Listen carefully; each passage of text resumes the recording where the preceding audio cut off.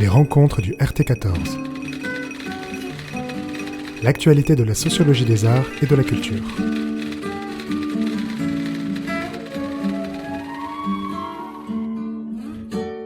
Bonjour et bienvenue aux rencontres du réseau thématique Art et Culture de l'Association française de sociologie. Nous avons aujourd'hui le plaisir d'accueillir Élie Guéraud pour son ouvrage Le déclin de la petite bourgeoisie culturelle. Bonjour Élie Guéraud, nous allons pouvoir plonger en profondeur dans ce livre où je vous poserai quelques questions. Mais avant tout, petite présentation, vous êtes maître de conférence en sociologie à l'université Clermont-Auvergne. Vous êtes associé à la fois au laboratoire d'études sociologiques sur la construction et la reproduction sociale et à l'INED.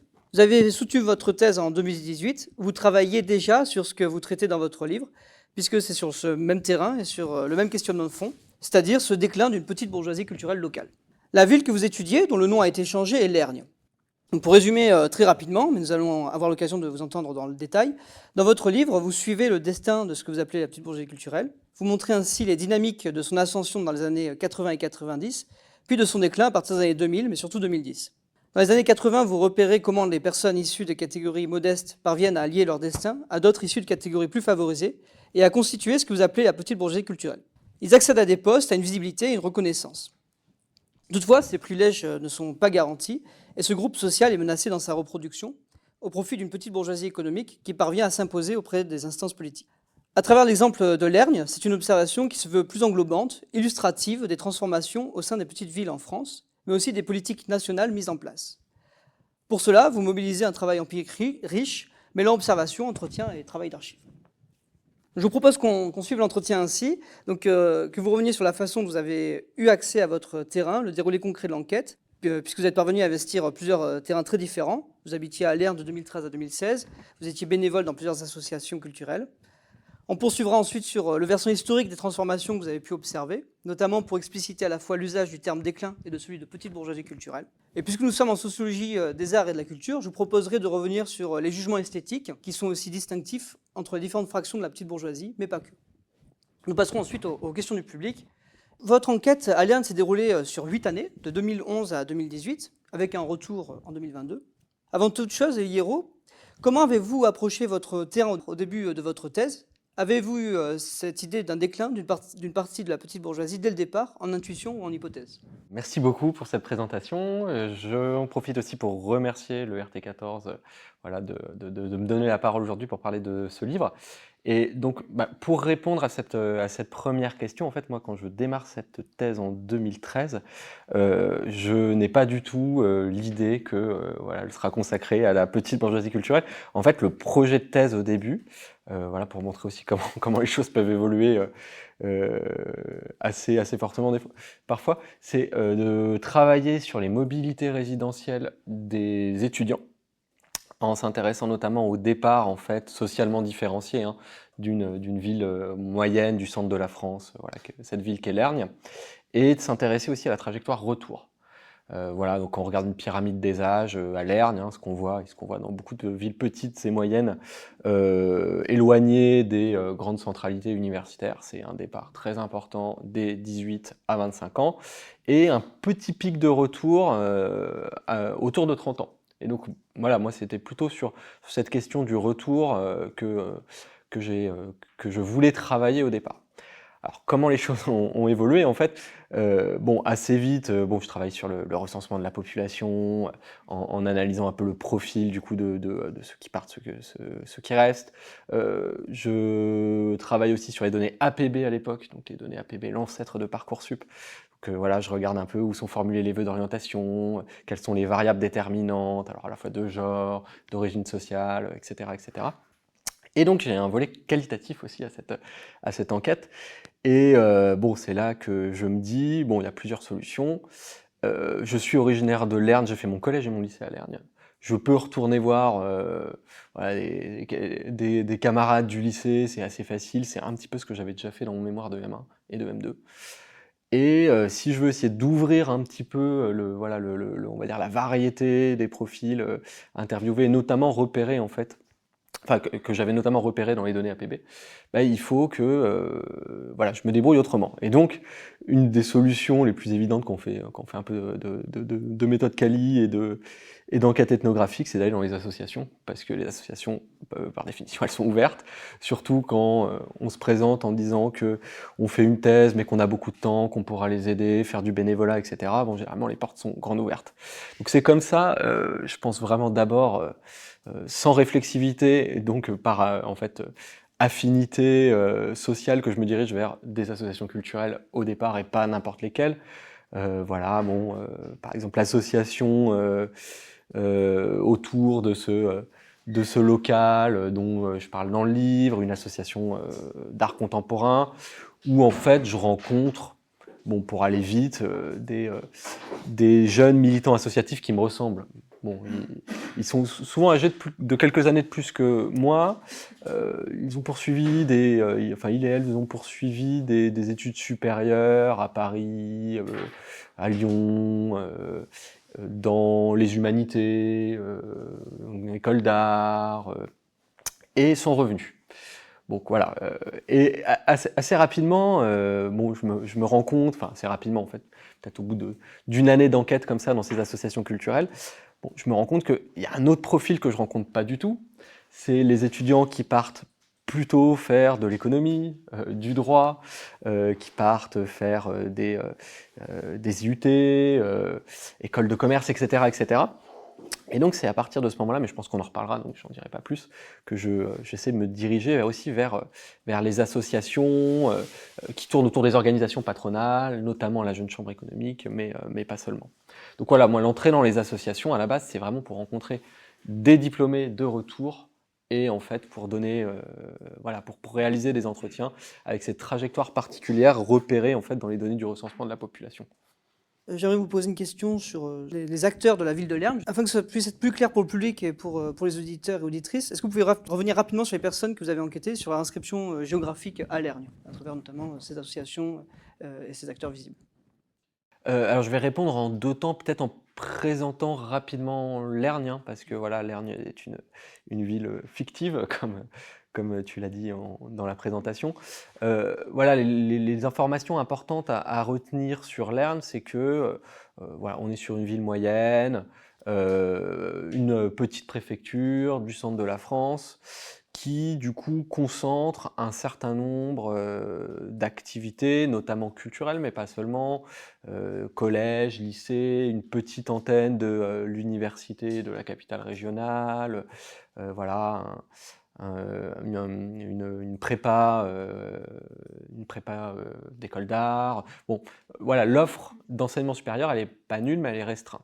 C'est la même chose sur, on pourrait dire, l'offre culturelle. Voilà, on retrouve un théâtre municipal, une maison de la culture, voilà, néanmoins, on n'est pas dans une métropole, on n'est pas dans une capitale régionale, elle est assez restreinte. C'est donc une ville qui, comme d'autres villes de la même strate, en fait, concentre, des activités publiques ou parapubliques. Voilà, à Lerne, on est à 24 % des actifs occupés qui, travaillent dans le secteur public, ce qui est important, mais ce qui est en fait assez semblable, hein, voilà, c'est, à ces villes moyennes, préfectures, sous-préfectures. Donc voilà pour le lieu et oui, chose importante, c'est qu'on est, dans une ville en décroissance depuis les années 70. Alors, ce qui là, pour le coup, ne correspond pas à toutes les villes moyennes, mais en fait, un certain type de villes moyennes, voilà, les villes moyennes fragilisées ou en déclin, qui se concentrent essentiellement dans le centre, et dans le nord-est, de la France. Donc voilà pour les aspects géographiques qui ont leur importance, je pense qu'on en reparlera, mais notamment quand on réfléchit à la montée en généralité des résultats. Voilà. Est-ce que ce processus de déclin mis en évidence dans le livre, en fait, on le retrouve dans d'autres fractions de la petite bourgeoisie culturelle, je ne sais pas moi, dans le Bas-Montreuil ou sur les pentes de la Croix-Rousse pour parler voilà, d'espaces gentrifiés. Bon. Je laisse ça de côté. Ensuite, pour définir cette petite bourgeoisie culturelle, elle réunit en fait des professions qui peuvent être situées dans le salariat ou dans l'indépendance, mais qui ont trait à la culture, à l'enseignement, aux politiques sociales, et qui sont définies en fait par, on va dire, le partage de certains registres de capital culturel, par une attraction pour notamment voilà, les marges inférieures de la légitimité culturelle. Alors voilà, Bourdieu, dans son chapitre fameux, quand il décrit la petite bourgeoisie nouvelle, lui, il parle de jazz, rock, jean. Bon, voilà, on est toujours sur ces marges inférieures de la légitimité culturelle qui ont quand même un peu évolué. On pourrait parler du hip-hop, on pourrait parler de l'art contemporain, voilà, voilà, qui sont des registres culturels qui sont abordés par cette petite bourgeoisie culturelle. Donc voilà, donc finalement, c'est un ensemble de professions qui peut être un peu disparate. On retrouve des artistes, des intermédiaires du travail artistique, des travailleurs sociaux, des éducateurs, des élus, des cadres et des professions intermédiaires de la fonction publique territoriale, des enseignants, etc., etc. Donc c'est moins une position professionnelle en fait qu'un certain rapport à la culture légitime qui caractérise ce groupe social, en tout cas dans cet espace qu'est la ville de Lerne.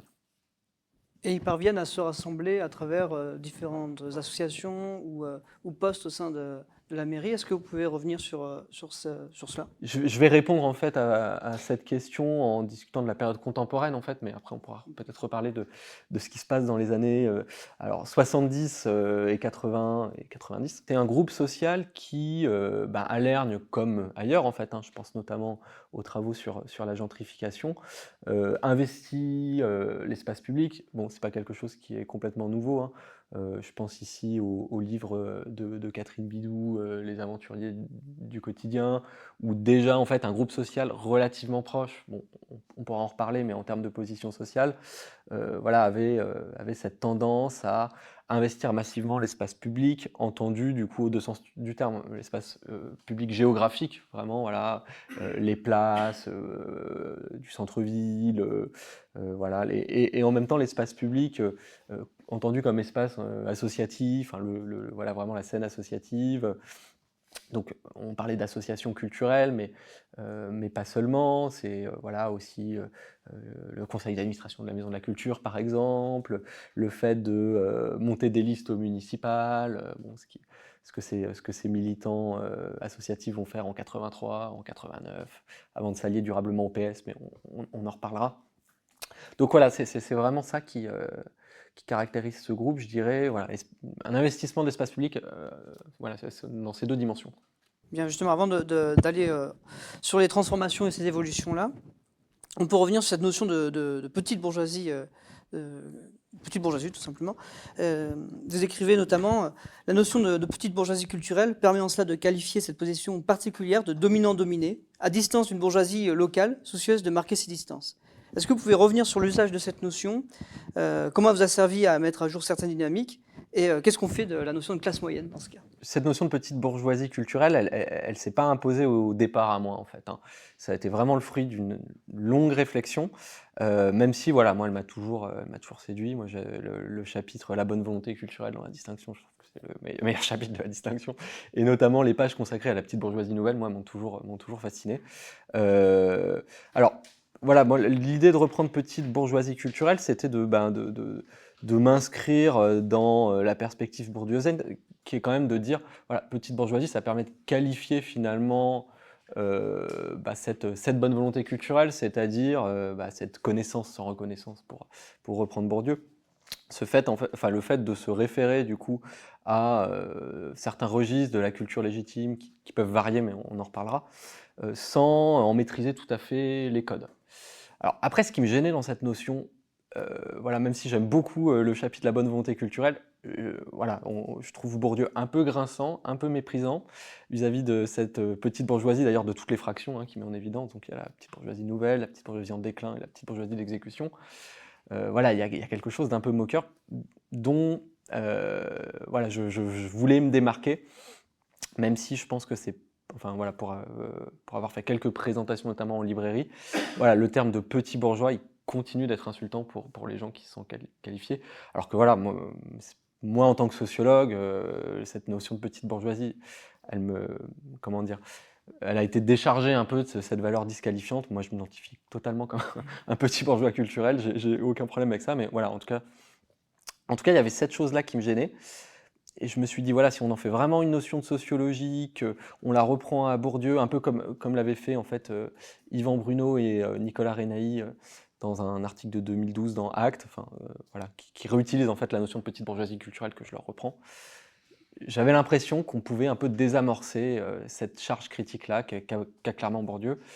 Bon, voilà, je ne suis pas sûr d'avoir complètement réussi en regardant les réactions.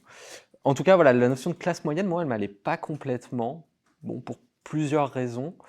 Si on se réfère d'abord aux débats qui sont un peu datés aujourd'hui, un peu anciens, et encore que, on pourrait en discuter, entre justement les sociologues qui défendaient à la fin des années 70, au début des années 80, l'idée de nouvelle couche moyenne ou nouvelle classe moyenne. Donc là, voilà, je pense notamment à Catherine Bidou dans Les Aventuriers du quotidien, avec cette idée du coup que nouvelle couche moyenne ou nouvelle classe moyenne rend aussi compte de l'invention d'un nouveau style de vie, d'un nouveau rapport à la culture qui serait, comment dire, en relative apesanteur sociale, quoi, qui serait un peu à côté des rapports de classe existants. Moi, ça me convenait pas. J'avais vraiment l'impression que en tout cas dans ce que j'observais à Lergne, cette question au fond de la distinction était tout à fait centrale.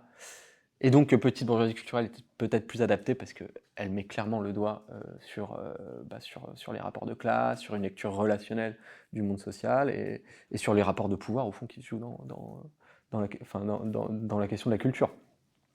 Donc voilà, et classe moyenne en plus, mais c'était peut-être une erreur de ma part parce que je raisonnais trop à partir du champ universitaire. Il me semblait qu'il y avait presque un usage du sens commun qui rendait moins universitaire, moins précis en fait l'usage de classe moyenne en fait. Voilà, classe moyenne, je sais pas moi, quelque chose sur lequel je fais bosser un peu mes étudiants, c'est François Bayrou, interrogé il y a 2 ans, qui dit classe moyenne ça commence à 5 000 €. Voilà, pour montrer que c'est complètement vaporeux. Et je me suis dit, si on sort un peu du champ universitaire, peut-être que réemployer comme ça une vieille notion un peu désuète de petite bourgeoisie, ça va permettre de contourner un petit peu tout ce flou sémantique autour de la notion de classe moyenne. Bon, alors après, c'était un pari, je ne sais pas si je suis pas complètement convaincu d'avoir fait le bon choix encore aujourd'hui, mais voilà, en tout cas, je réponds, mais là, pour synthétiser, au moins petite bourgeoisie culturelle, on met le doigt sur la question de la domination.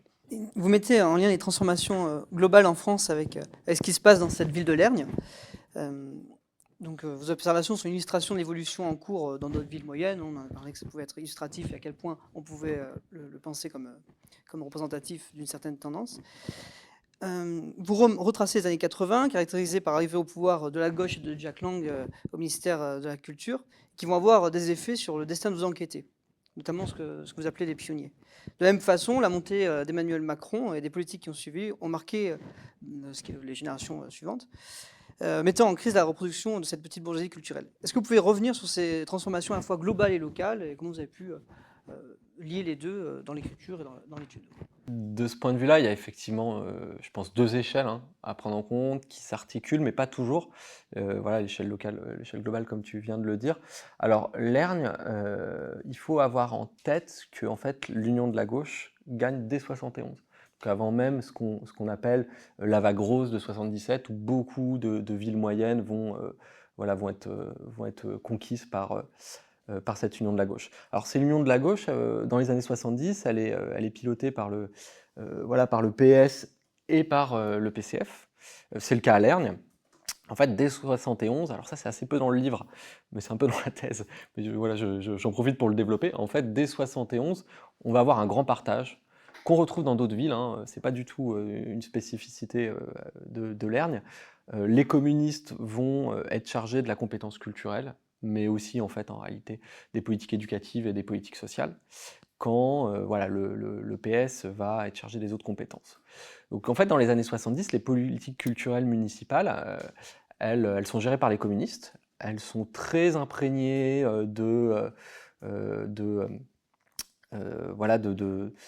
de l'idée de réhabilitation des cultures ouvrières. Voilà, donc j'ai par exemple regardé le programme de la Maison de la Culture année par année. Elles sont aussi pilotées par des militants de l'éducation populaire, avec voilà, vraiment cette idée de réhabilitation voilà, des cultures ouvrières, qu'on pourrait appeler populaires, mais qui sont appelées ouvrières dans les programmes à ce moment-là.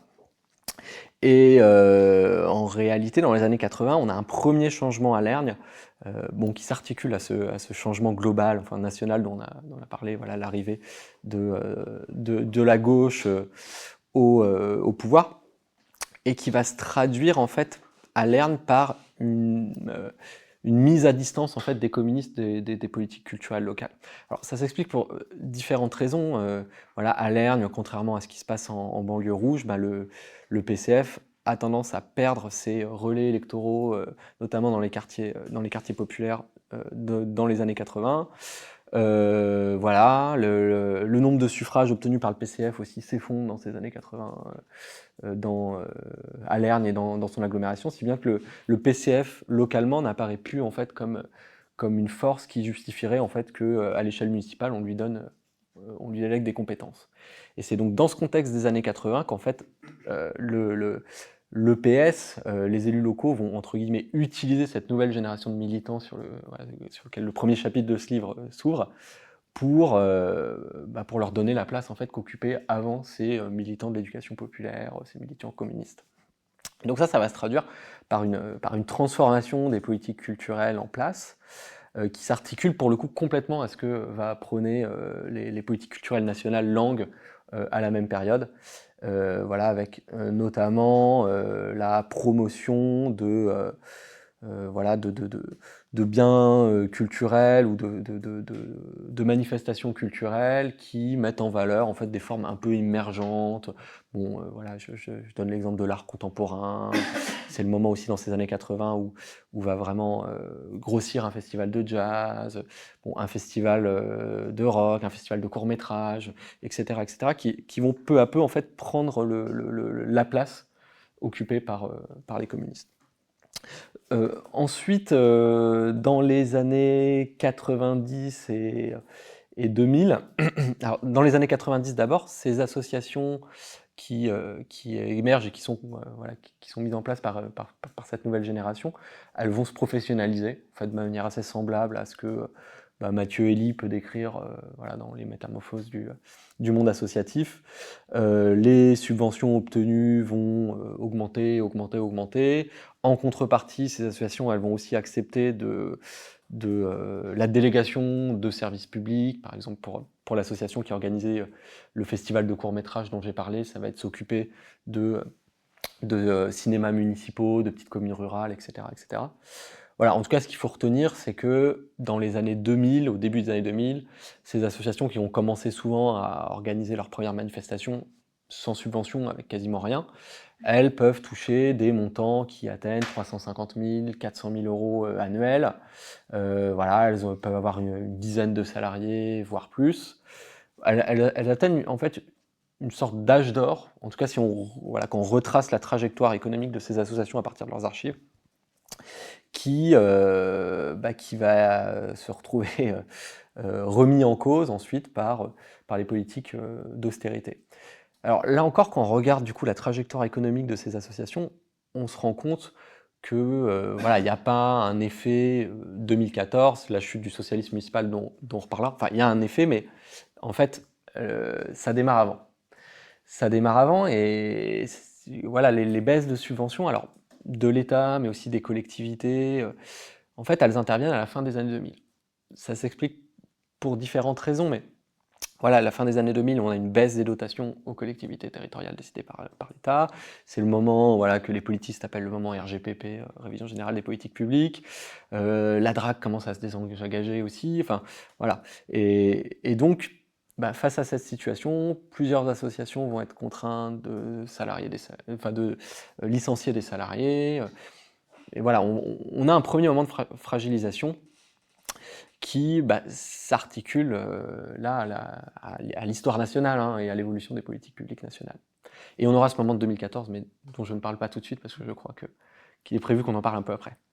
On va pouvoir en reparler un petit peu après. Mais sur la dimension politique, est-ce que vous pouvez revenir sur le détail de cette liste électorale qui va utiliser l'humour en plus et être médiatisée et qui ensuite les postes vont diminuer au sein de la mairie. Voilà, c'est pour revenir sur ce détail. Une des campagnes municipales sur laquelle je m'arrête dans ce livre, c'est la campagne municipale de 1983, qui est intéressante parce que du coup, elle intervient dans un moment où le socialisme municipal est déjà installé depuis même une grosse dizaine d'années à Lergne, et où voilà, la gauche est au pouvoir national. Elle est intéressante aussi parce que dans ce contexte-là, une nouvelle liste va émerger, voilà, une liste qui se réclame de la jeunesse, qui se réclame apolitique, dont aucun des colistiers n'a plus de 25 ans, et c'est d'ailleurs marqué sur leur tract de campagne, ce qui est, quand on voit aujourd'hui la désertion des partis et de l'engagement politique par la jeunesse, enfin, voilà, une liste complète constituée de jeunes de moins de 25 ans, c'est quand même atypique, même en 83. Et donc, en fait, cette liste, elle est constituée pour dénoncer ce que ces jeunes appellent le vide à Lergne, je les cite. Pour dénoncer aussi la politique culturelle, municipale, qui est encore dominée par les communistes à l'époque, qui ne leur convient pas, en tout cas dans laquelle ils ne se retrouvent pas. Cette liste, en fait, pour la petite histoire, elle va faire 3% des inscrits. Comme ça, on se dit c'est pas grand-chose, 3% des inscrits. Bon, c'est déjà pas mal quand voilà, on est en gros sur une liste qui ne reprend pas du tout les standards et la respectabilité politique habituelle. Et en fait, la liste d'Union de gauche, elle va faire 48% des suffrages exprimés au premier tour. Elle va se retrouver du coup face à la droite, qui peut l'emporter en fait. Et donc voilà, 48 plus 3, 51. Donc le raisonnement entre les deux tours, c'est d'arracher le soutien de cette liste qui se présentait comme apolitique, etc., mais qui se retrouve évidemment quand même plus du côté de la liste de gauche que de la liste de droite. Et donc cette liste, en fait, qui est constituée de jeunes ouvriers qui jouent dans des groupes de rock locaux, de jeunes militants culturels qui commencent à réfléchir, à organiser festivals, manifestations culturelles, vont faire un pacte avec les socialistes. En 83, la négociation, c'est d'obtenir une première salle associative pour les jeunes, voilà, déjà, et d'organiser des concerts dedans, des expositions, etc., etc. Et en fait, assez vite, cette élection de 83, elle va, on pourrait dire, mettre le pied à l'étrier de cette nouvelle génération qui, en 84, va fonder ce festival de courts-métrages, en 87, un festival de théâtre de rue, en 85, une association d'art contemporain, etc., etc.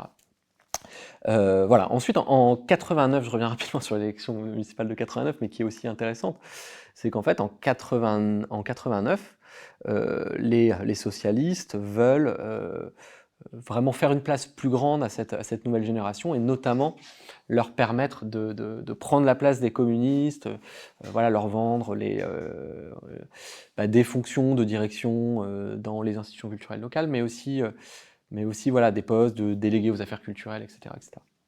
Donc en fait, les socialistes vont contacter avant les élections certains de ces jeunes militants qui sont un peu identifiés comme les leaders, et proposer à certains en fait d'intégrer la liste. Alors il va y avoir en fait une dissension interne. La liste un peu parodique va être remontée, elle va faire d'ailleurs 9% en 89, ce qui est quand même considérable.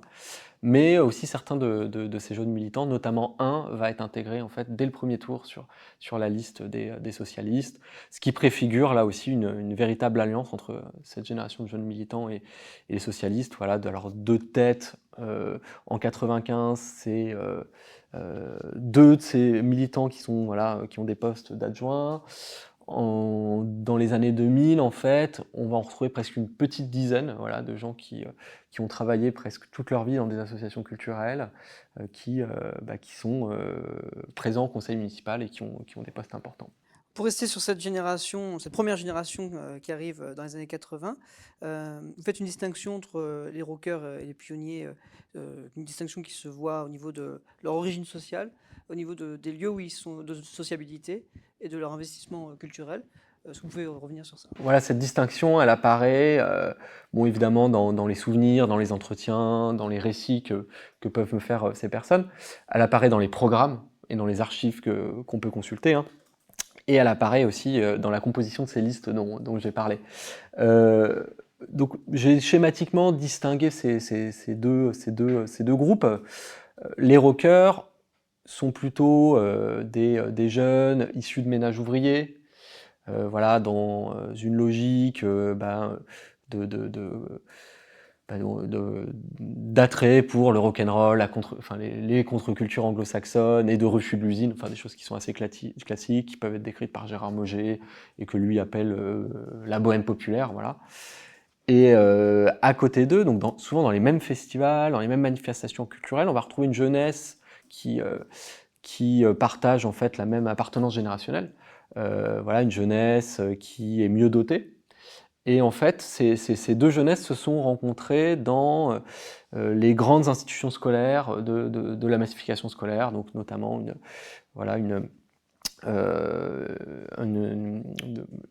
comment dire, une grande réunion de lycées voilà, publics, professionnels et technologiques au sein d'une même structure où en fait voilà, ces deux jeunesses ont pu rentrer en contact et déjà former des amitiés et des alliances lycéens autour du rock'n'roll ou d'autres.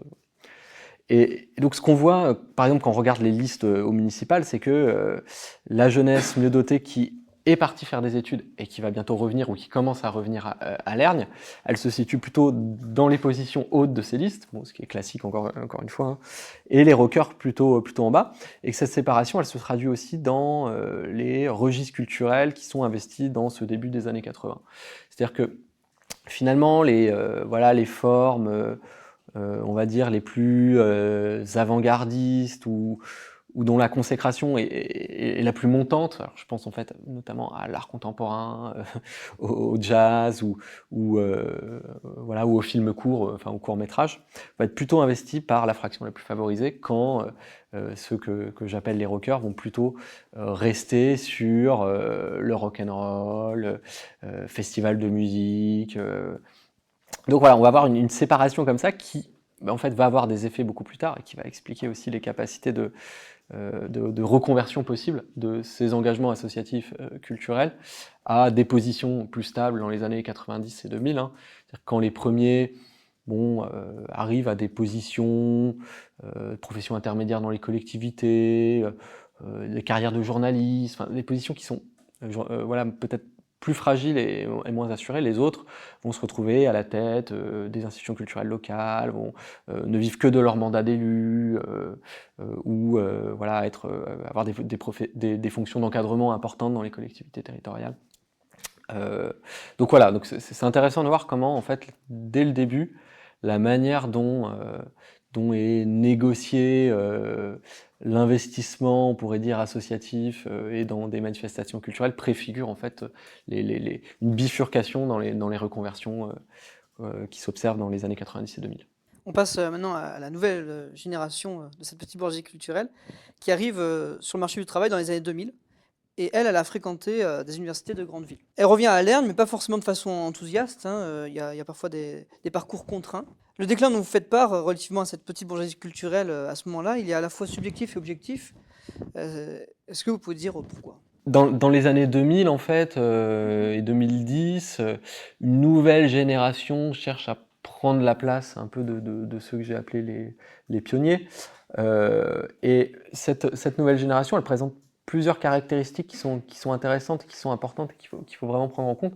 Bon, déjà, c'est une première chose qui me frappe quand je mène mon enquête, c'est que les enfants biologiques de cette première génération ne sont pas présents ou très peu présents et ne reviennent pas. C'est-à-dire que la plupart du temps, il y a quand même une reproduction sociale parce que les enfants de la génération des années 80 vont quand même suivre des études en lien avec les humanités, des écoles d'art, etc., etc. Mais ils vont reproduire la position des parents à distance de l'espace d'origine.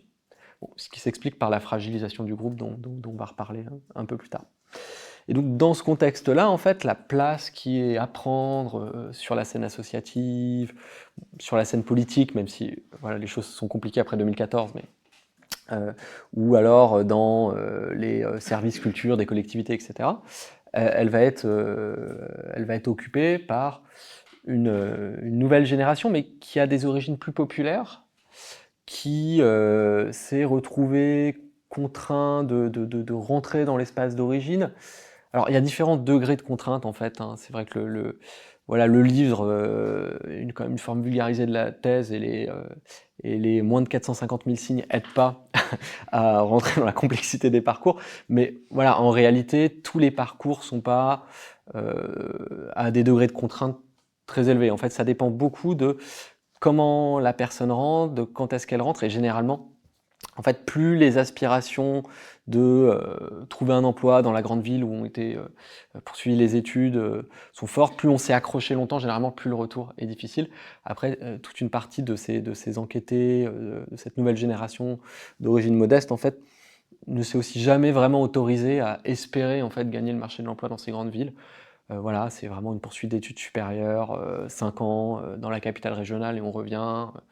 Donc dans ce cas-là, le retour est moins douloureux parce que en fait, une autre issue n'a même pas vraiment été envisagée.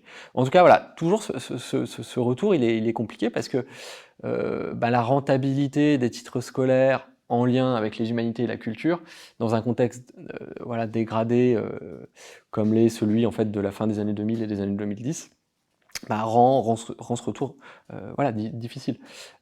C'est beaucoup plus compliqué de reconvertir ces titres scolaires, mais aussi le capital culturel, plus globalement, rapporter de l'expérience de l'immigration étudiante sur cette scène associative ou sur voilà, la scène culturelle locale. Donc quand on met vraiment côte à côte ces deux générations, ce qui est frappant, c'est en fait de voir comment en quelques années, les premiers dans les années 80, arrivent en fait à occuper des positions relativement stables, hein, et comment les autres, plusieurs années, parfois même 10 ans, parce que c'est un peu aussi le but de faire une enquête longitudinale et de suivre les gens longtemps, c'est qu'on peut voir ce qu'ils font 10 ans après être rentrés. Voilà, les choses sont beaucoup plus compliquées, l'accès à un emploi stable se fait beaucoup moins, le fait de s'investir fortement dans les associations est source de moins de reconversion professionnelle possible, etc., etc.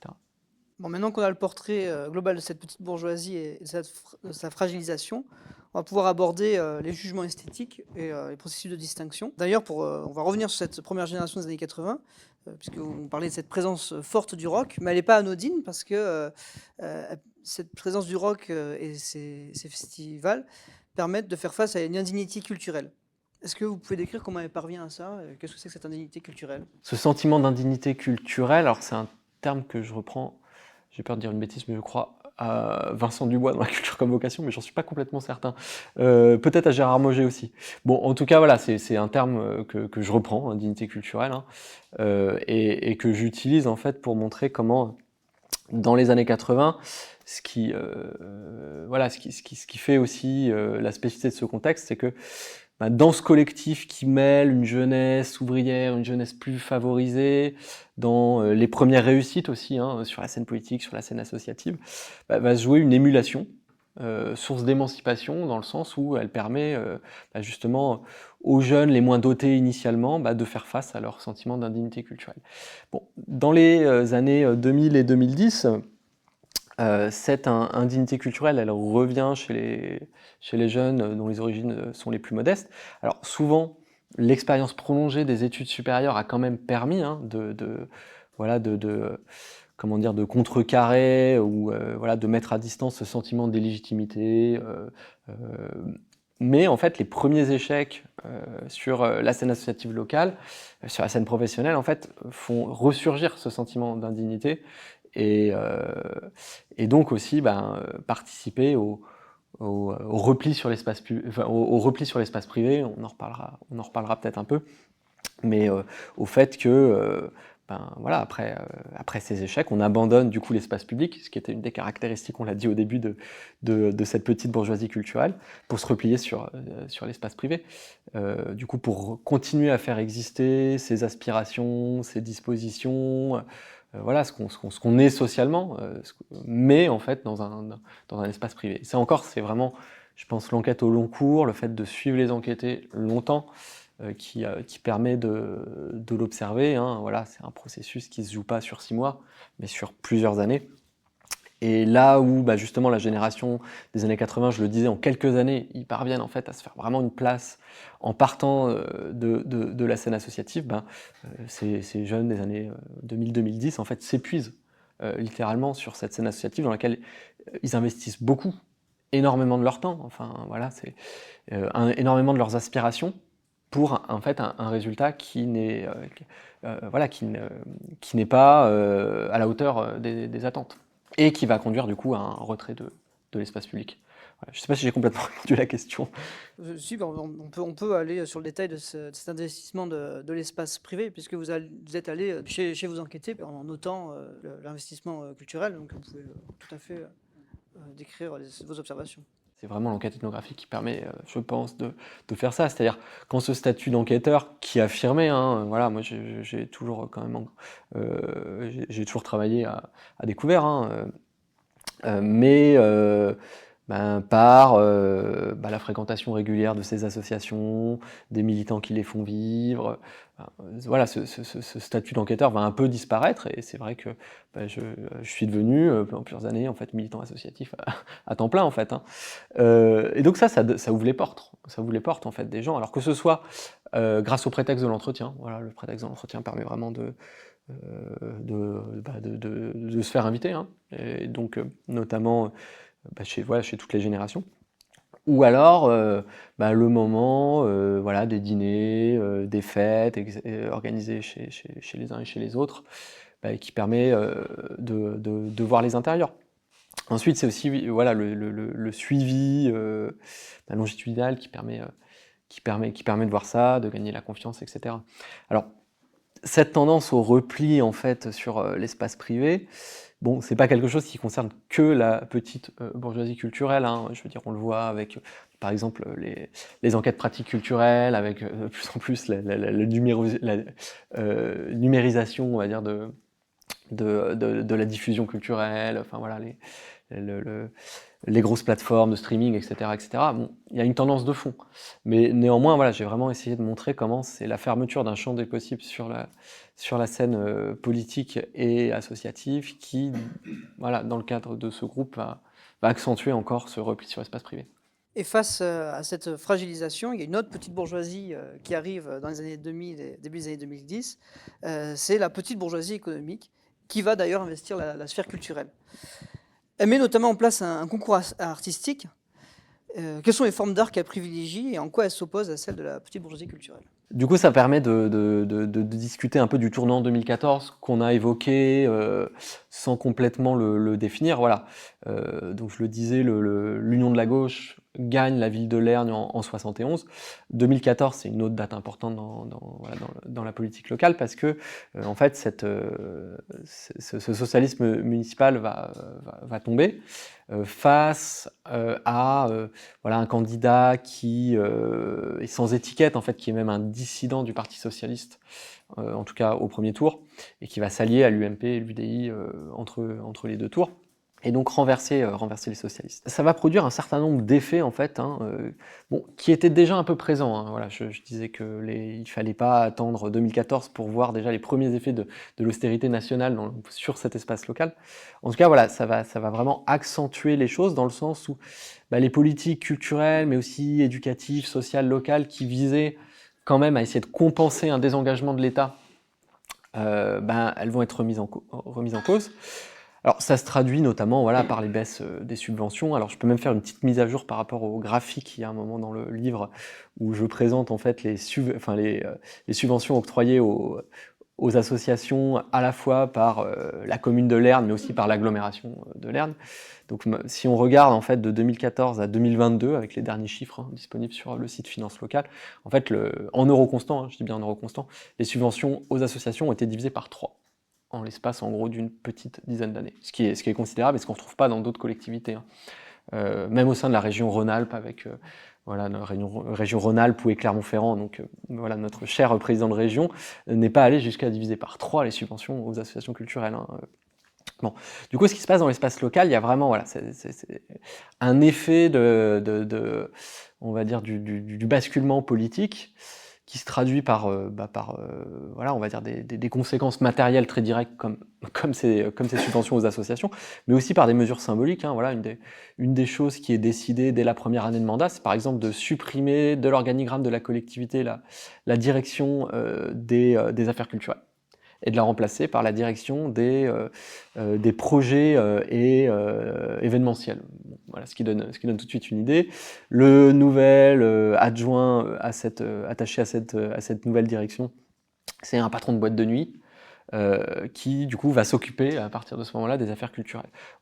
Voilà, tout ça, il y a du matériel, mais il y a aussi du symbolique. Il y a aussi, du coup, cette idée que les politiques culturelles vont être moins importantes, ou en tout cas qu'elles vont être mises au service de l'événementiel. Du coup, je cite le nom de cette nouvelle direction.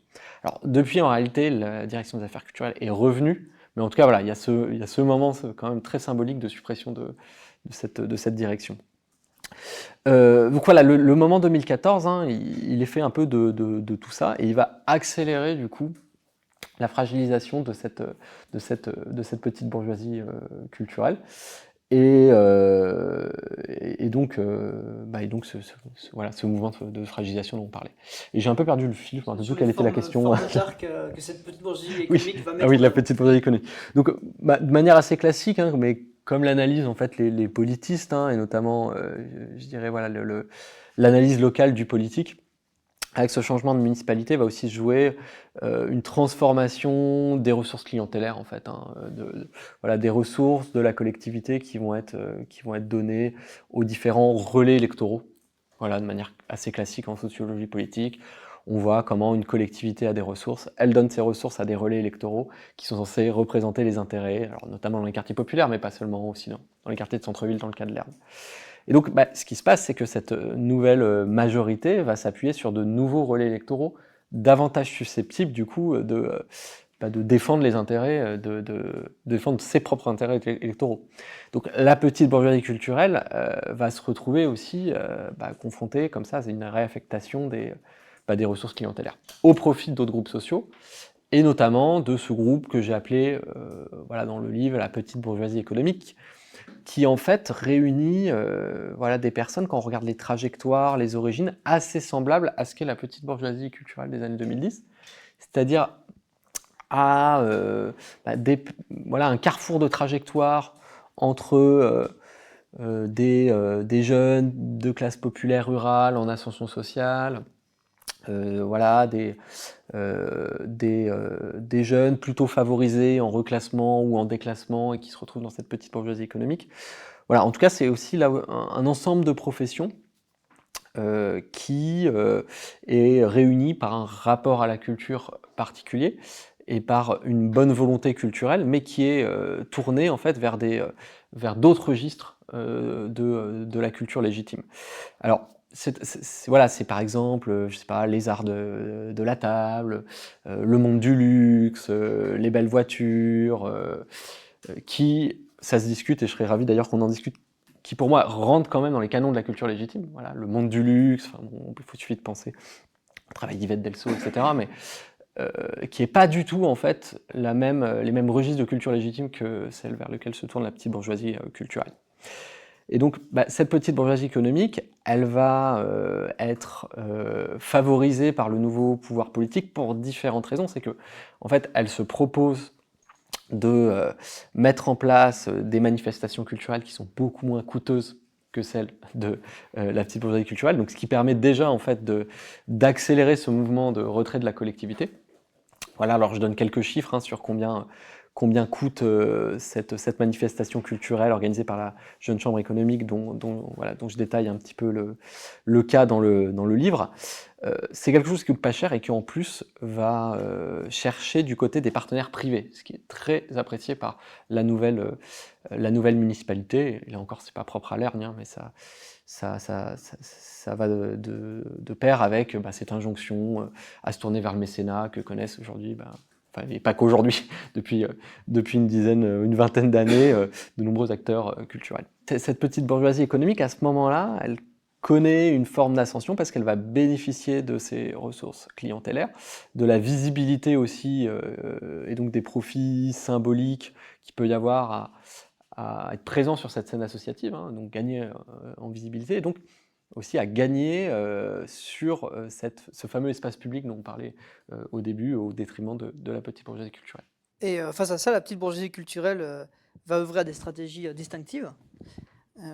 J'avais noté justement un moment où un de ses représentants donne une affiche d'un événement organisé par la Jeune Chambre économique, et deux personnes, Stéphane et Alice, qui appartiennent à la petite bourgeoisie culturelle, vont critiquer sévèrement les formes présentes dans cette affiche.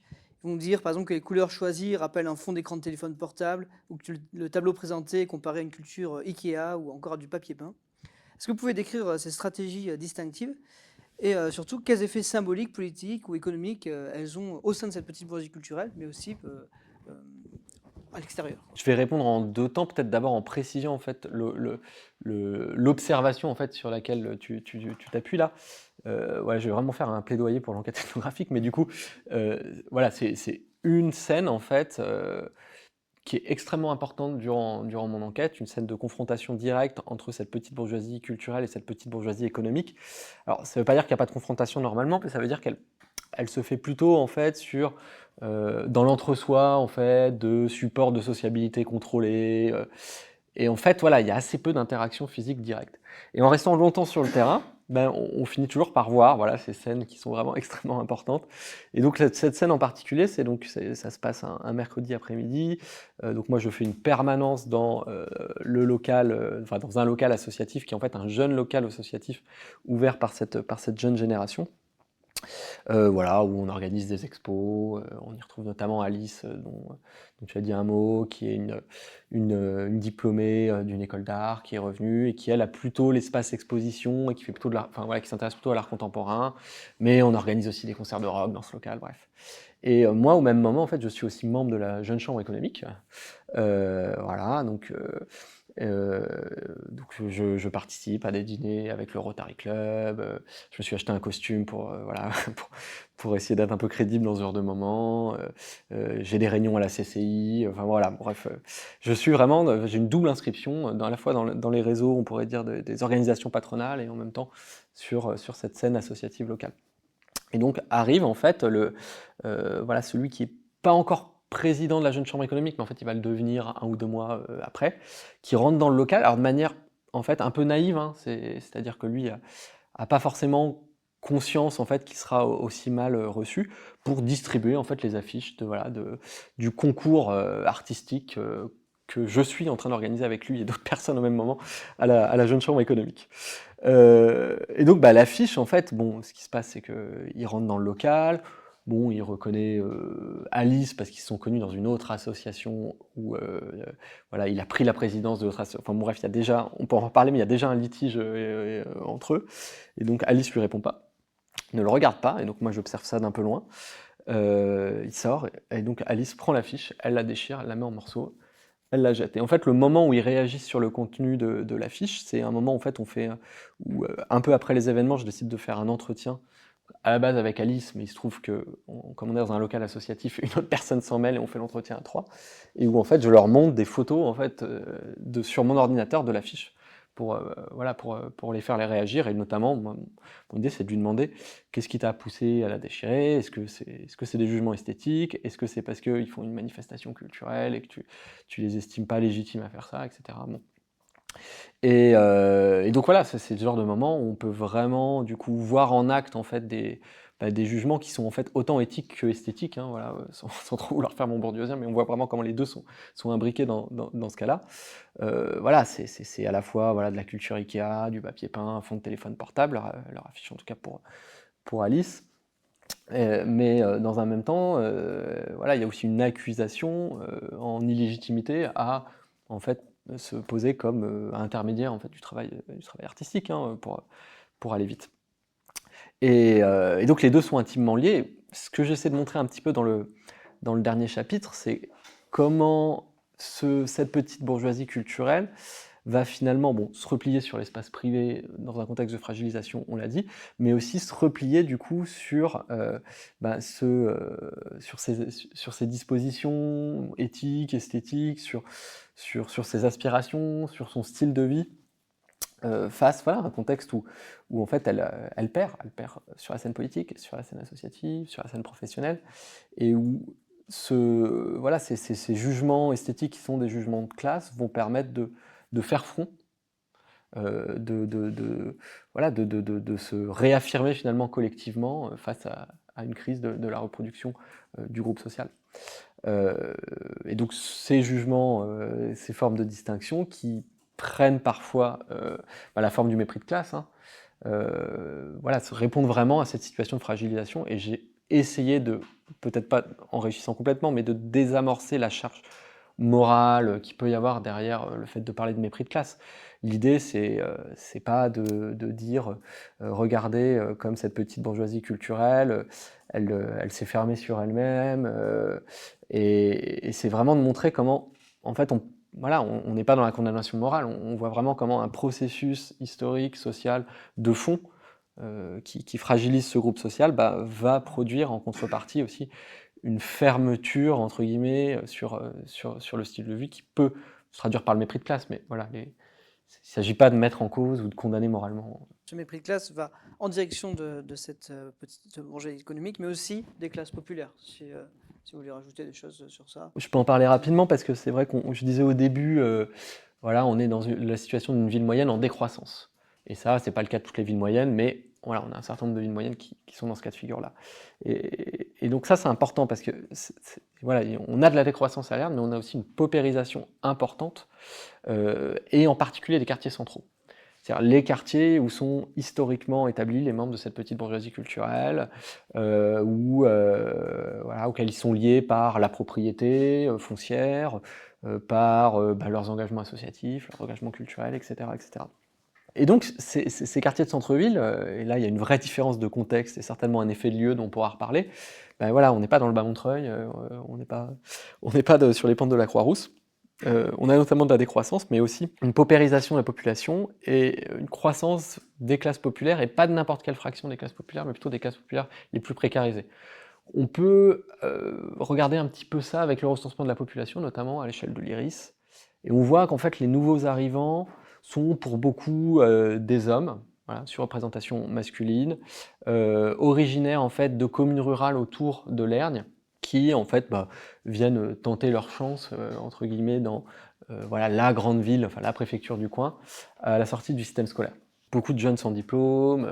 Voilà, on peut voir aussi du coup l'arrivée dans cet espace de centre-ville de familles monoparentales, de ménages en fait qui se retrouvent contraints pour des impayés de quitter en fait les logements sociaux. Et on est, là encore une fois, on n'est pas dans le Bas-Montreuil, on est dans une ville moyenne du centre de la France, et en fait, les loyers sont extrêmement bas. Et quand on n'a pas de revenus et qu'on a des enfants, les APL couvrent entièrement le prix d'un logement dans le centre-ville. Alors des logements qui peuvent être de mauvaise qualité, insalubres pour certains, mais voilà, on est dans ce contexte-là où le logement n'est pas un problème. Et on est à peu près à 20% de vacances dans le parc social. Ce qui fait aussi que avoir un logement social, c'est pas extrêmement compliqué, sauf si on a des impayés auprès des bailleurs locaux, où là on peut se replier sur le... Bon. Bref, tous ces éléments de contexte font que, quand on regarde, alors malheureusement avec les données à l'échelle de l'IRIS, on peut pas trop remonter avant les années 90. En tout cas, quand on regarde ce qui se passe de 90 à aujourd'hui, mon recensement de 2020, on voit qu'on a une croissance par exemple du taux d'ouvriers dans les quartiers de centre-ville. quand on sait qu'au même moment, voilà, le taux d'ouvriers a tendance à décliner dans l'agglomération et à l'échelle de la France, voilà, c'est un résultat important. On a une croissance très importante du taux de chômage aussi dans ces quartiers-là. Et au-delà du constat statistique, hein, ça se traduit aussi par la transformation vraiment de la morphologie urbaine, en fait, hein. C'est-à-dire du tissu commercial, type de commerce qui ouvre, voilà, l'ouverture de commerces de restauration rapide, de kebab, la fermeture, au contraire, de commerces que pouvaient affectionner les membres de cette petite bourgeoisie culturelle. Je sais pas moi, une épicerie fine avec des produits basques, par exemple, dans une rue du centre-ville. Enfin. Et donc, voilà, ça transforme la morphologie urbaine, mais aussi les modes d'occupation dominants de l'espace public. Alors, les exemples sur lesquels je reviens dans le livre, et qui sont, entre guillemets, critiqués par les membres de la petite bourgeoisie culturelle, c'est les activités mécaniques de rue.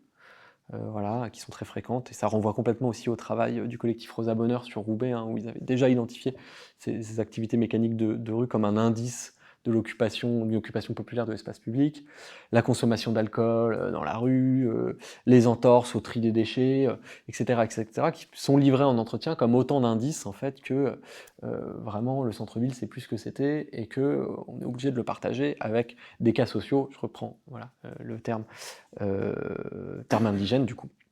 Et donc ce mépris de classe, effectivement, est donc dirigé, je dirais, à droite de l'espace local, vers cette petite bourgeoisie économique qui menace la petite bourgeoisie culturelle sur scène politique, associative, etc. Mais aussi en direction du bas de l'espace local. Et là, pour le coup, c'est vraiment sur la scène résidentielle que cette petite bourgeoisie culturelle est menacée. En fait, pour reprendre l'expression fameuse de Chamboredon et Lemaire, voilà, elle ne parvient plus, ou moins, dans les années 2010, à donner le ton, contrairement à ce qu'elle parvenait à faire dans les années 80 et 90. C'est très bien de comparer les pionniers avec la génération actuelle, parce que la question que je voulais poser concernait justement ça, et sur le degré de légitimité des pratiques culturelles de cette petite bourgeoisie aujourd'hui. Quel est le degré de légitimité? On parlait d'avant-gardisme avant. Aujourd'hui, où se situe leur pratique culturelle? Je vais faire une réponse un peu modeste, mais j'ai du mal en fait à monter en généralité au point de dire ah bah voilà, ça se transforme comme ça. Je peux répondre dans le cas de cette ville de Lergne. On a aussi un effet de lieu, c'est-à-dire que ce qui était plutôt des avant-gardes dans les années 80 ont connu une consécration nationale, mais relayée par les politiques culturelles locales, et que ça, c'est un petit peu remis en cause. Alors, justement, Philippe Coulangeon parle, je le cite, ou à peu près, mais justement dans Culture de masse, société de classe, d'une, il me semble, rupture des élites avec la culture savante. En tout cas, voilà, d'un processus qu'il identifie de recomposition un peu de la légitimité culturelle, et voilà, une légitimité culturelle qui irait de plus en plus à droite, c'est-à-dire vers en fait ce qu'on détaillait tout à l'heure, mais voilà, les mondes du luxe, les arts de la table, enfin vraiment, vers en fait les formes culturelles les plus anciennement consacrées et peut-être les plus évidemment bourgeoises. Moi, j'ai l'impression de retrouver ça à l'échelle locale, peut-être accentué par cet effet de crise du socialisme municipal et d'échec du socialisme municipal. Après, je serais ravi d'ailleurs d'en discuter avec des spécialistes de la question, mais est-ce qu'on peut à ce point-là monter en généralité et dire qu'il y a vraiment une translation, on pourrait dire des registres culturels les plus légitimes vers la droite de l'espace social ou pas? Voilà, si vous avez des références sur le sujet, je suis vraiment preneur. Moi, je m'en tiens vraiment à ce que dit là-dessus Philippe Coulangeon, et je trouve qu'il va même un peu vite en fait. Voilà, je crois qu'il lâche la phrase que j'ai dite tout à l'heure, mais sans plus le détailler. On pourra en discuter, mais juste avant, une dernière question sur la rhétorique de l'indépendance culturelle, puisqu'elle est utilisée par certains de ses membres de la nouvelle génération. Ça conduit notamment au refus de dispositifs d'aide publique, comme le contrat aidé au sein d'une association, qui est refusé, alors qu'au niveau budgétaire, ça aurait pu fonctionner et prolonger l'association. Comment cette rhétorique s'utilise par vos enquêtés, et comment penser cet usage en tant que sociologue? cette rhétorique-là, ce qui est rigolo, enfin ce qui est intéressant de souligner, c'est qu'on la retrouve aussi chez cette génération des pionniers dans les années 80, qui au début se présentent en 83 par exemple comme des farouches opposants à la municipalité, qui au début est vraiment voilà, dans une logique d'opposition totale, qui investit massivement les radios libres et qui refuse toute compromission. Et puis peu à peu, je dirais à mesure que voilà, on va dire les investissements bénévoles épuisent ces jeunes militants, ils vont accepter de concilier, je reprends l'expression à Vincent Dubois, là, subversion et subvention. Voilà, les deux vont être conciliés. Alors, ce qui s'explique par différentes choses, hein, mais par l'épuisement, par les perspectives de reconversion professionnelle qu'il y a derrière, par le cycle de transition des âges aussi. Hein. Voilà, à la fin des années 70, début des années 80, cette génération, en fait, elle a entre 15 et 20 ans. Elle est au lycée ou elle sort du lycée, elle se pense comme extrêmement subversive et comme contestataire. Et en fait, à mesure qu'on se dirige vers la trentaine, on se rend compte qu'il y a peut-être une opportunité de faire de cet investissement-là, qui était pensé comme subversif et bénévole au départ, sa position sociale. Voilà, de la même manière selon le même mécanisme que Bourdieu décrit quand il parle de la petite bourgeoisie nouvelle, avec cette prétention à la subversion, mais dans un même temps qui se traduit par l'invention de nouvelles positions sociales que les membres de la petite bourgeoisie nouvelle vont occuper. Bon, on retrouve un mécanisme tout à fait semblable, et qu'on retrouve chez la nouvelle génération des années 2010. Ce qui est intéressant là aussi quand on enquête sur le long terme, c'est que en fait, il y a aussi une subversion qui est présentée comme un impératif au départ, mais au bout de quelques années, voire quelques mois en fait, d'engagement bénévole intensif et d'épuisement, et en même temps voilà, d'une volonté de se stabiliser professionnellement. Et il y a quand même une tentative en fait d'aller du côté des emplois aidés, des subventions, etc. Et là, dans les associations dans lesquelles j'ai été, en fait, il y a eu un principe de réalité très dur, c'est-à-dire les collectivités, au même moment, elles ont déjà commencé depuis plusieurs années de se désengager déjà du financement des associations. Donc en fait, elles refusent le plus souvent de financer ces nouvelles manifestations, sur le principe que voilà, il existe déjà des grandes associations culturelles historiques qui sont financées, pour lesquelles on est déjà obligé de réduire d'année en année les subventions. On ne peut pas se permettre d'en subventionner des nouvelles. Voilà, et donc c'est très compliqué aussi d'avoir le soutien de la DRAC. On avait essayé, dans le cadre d'une de ces associations présentes dans le livre, de construire un dossier pour la DRAC, mais la DRAC, si les collectivités ne vous suivent pas, la DRAC, elle va pas suivre non plus. Et donc, en fait, voilà, dans les deux cas, en fait, cette subversion première, en fait, elle va quand même être remise en cause par l'épuisement, sauf que dans un cas, on est dans un contexte où ça fonctionne et où on peut se permettre du coup de faire alliance avec le socialisme municipal et de prendre la voie de la professionnalisation, et dans l'autre, en fait, ce n'est plus possible.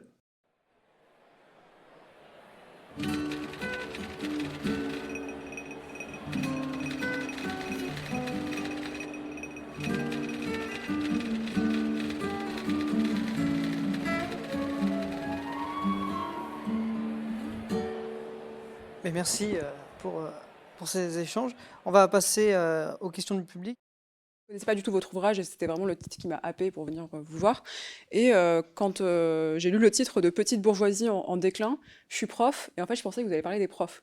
Enfin, c'est vraiment ça que j'avais en tête donc ma question ce serait, cette catégorie sociale qui est quand même importante dans la fonction publique, est-ce que vous lui avez accordé une place particulière dans votre enquête? Et si oui, en quoi? Et j'aurais une deuxième question avant de lâcher la parole. Ce serait sur, vous parlez souvent des habitants du Bas-Montreuil et des gentrifères. Bon, il y a plusieurs générations aussi, mais il y a cette catégorie-là. Est-ce que, on ne peut pas vraiment dire qu'ils sont en déclin, puisque ce sont eux qui donnent le ton dans cet espace local, mais pour autant, on parlerait quand même de petite bourgeoisie. Et donc, c'est pour parler de la portée en généralité en fait, de votre travail. Est-ce que là, du coup, ce serait l'espace géographique qui conditionnerait le fait qu'on parle de petite bourgeoisie culturelle en déclin, ou là, en l'occurrence, en ascension, pour parler des habitants du bas Montreuil? Ça fait beaucoup. Je sais pas si j'ai été claire. Non, mais c'est deux questions, je pense vraiment très importantes, donc c'est bien de les poser. Je réponds tout de suite. On prend, ouais. Sur la première, en fait, c'est vrai que je pense qu'un des angles morts de l'enquête, mais en même temps c'est fait par d'autres enquêtes, c'est peut-être voilà, la scène professionnelle. En fait, parmi les enquêtés et les personnes présentes dans ce livre, on a beaucoup d'enseignants. Voilà, des professeurs des écoles, professeurs du secondaire, et peu importe les générations, qui, pour beaucoup, en fait, ont gagné l'enseignement après leurs engagements premiers, qui étaient plutôt des engagements sur la scène associative ou politique. Donc, après, moi, c'est vrai que je suis assez peu revenu sur le quotidien au travail, mais voilà, il est vraiment évident que, pour moi, voilà, la fragilisation qu'ils connaissent sur la scène politique et associative, elle va de pair avec ce qu'ils connaissent au travail. Et notamment pour les enseignants, je ne sais pas, il suffit de penser au livre récent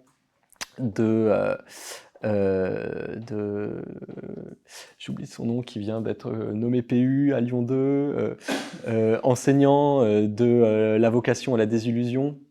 Personne ne peut m'aider. Paru à la dispute, il y a à peu près 6 mois. Bon, ça va me revenir, mais bon, il y a un super livre qui vient de sortir justement sur les enseignants, et c'est des choses que je retrouvais en entretien. C'est vrai que c'est pas très présent dans ce livre-là, mais en réalité, quand les gens me parlaient de leur quotidien au travail, que ce soit dans les collectivités d'ailleurs, hein, voilà, je pense qu'il y aurait alors il y a peut-être, je suis passé à côté, mais je pense qu'il y aurait une bonne enquête de sociaux du travail à faire dans le monde aussi des cadres de la fonction publique territoriale dans ce type de lieu. Mais voilà, il y a vraiment une fragilisation qui se fait au travail, et en fait, je pense que, je dirais, un tiers à la louche comme ça des enquêtés rencontrés sur la dizaine d'années de mon enquête sont liés à l'enseignement, quoi. Voilà. Bon.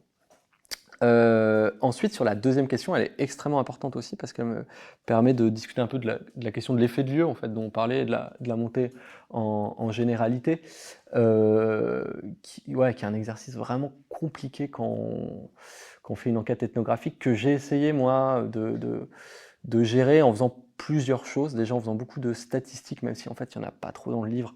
Voilà, dans la thèse, on retrouve une typologie des villes moyennes sur plein d'indicateurs où je situe cette ville de Lergne dans l'ensemble des villes moyennes pour montrer en fait comment ce cas est vraiment emblématique et ressemble à voilà, une cinquantaine d'autres villes moyennes qui présentent à peu près les mêmes caractéristiques en termes de composition sociale, de présence, d'offres culturelles, de dynamique démographique, etc., etc. Et où à la fin, je peux me contenter de dire, bon, ce qui se passe dans cette ville de Lergne, on peut faire l'hypothèse, sans trop prendre de risques, qu'il se passe exactement la même chose dans les villes moyennes qui présentent les mêmes caractéristiques. Et au moins le livre en fait m'a permis de discuter justement plus dans des présentations en librairie, etc., par des gens qui disent oui, enfin, moi j'habite là, je ne sais pas si c'est Lergne, mais en tout cas c'est la même chose qui se passe. Donc ça permet de faire ça.